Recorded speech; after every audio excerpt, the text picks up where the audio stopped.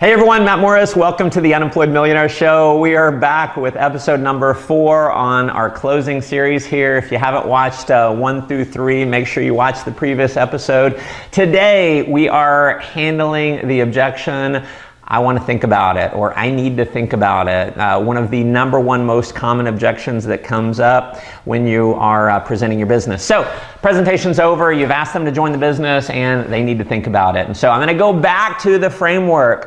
You know what? I hear exactly what you're saying, but tell me this, is that just your polite way of saying no? Because it's totally cool. Either way is fine with me.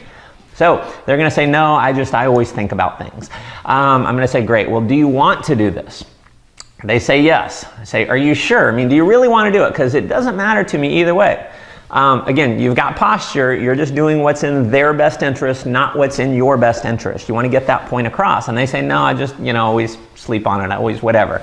And I'm going to say, all right, well, if assuming, you said you really want to do this, do you want to make a little bit of money or a lot of money? What do you think they're going to say? They're going to say a lot of money. So you want to make a little bit or a lot? They say a lot. And I'm going to say, well, let me give you some coaching then. See, now you're just being a coach to them. It doesn't matter either way. You can think about it and that's fine with me, but here's a rule in our business is people do what you do. The speed of the group's determined by the speed of the leader. So if you saw this and you think about it for a day or two, guess what your group is more likely to do? They're going to think about it. And so here's what I'm going to advise you to do. If you really do want to do this, if you see an opportunity here, then go ahead and get started. Even though I know in your mind you're thinking, well, I like to think on it, I want to think on it, but I realize people do what I do. And so you're going to have a story. You can use that story from now for the next 10, 20 years in this business. Whenever you're showing the business to someone and they say, I've got to think about it, you can tell your story. You know what? I felt the same way. I know you I felt the same way. I wanted to think about it myself, but I realized nothing ventured, nothing gained. So I went ahead and got started. I made all my money back in my first week. Now I'm having all this success. I'm traveling around the world. I'm doing big things. And so you're basically telling them the story that they're going to have. You're putting them in the business years from now as they're being successful. So that's one great way to do it. The second way, I'm going to give you another way that you can overcome, I want to think about it. Is you just level with people.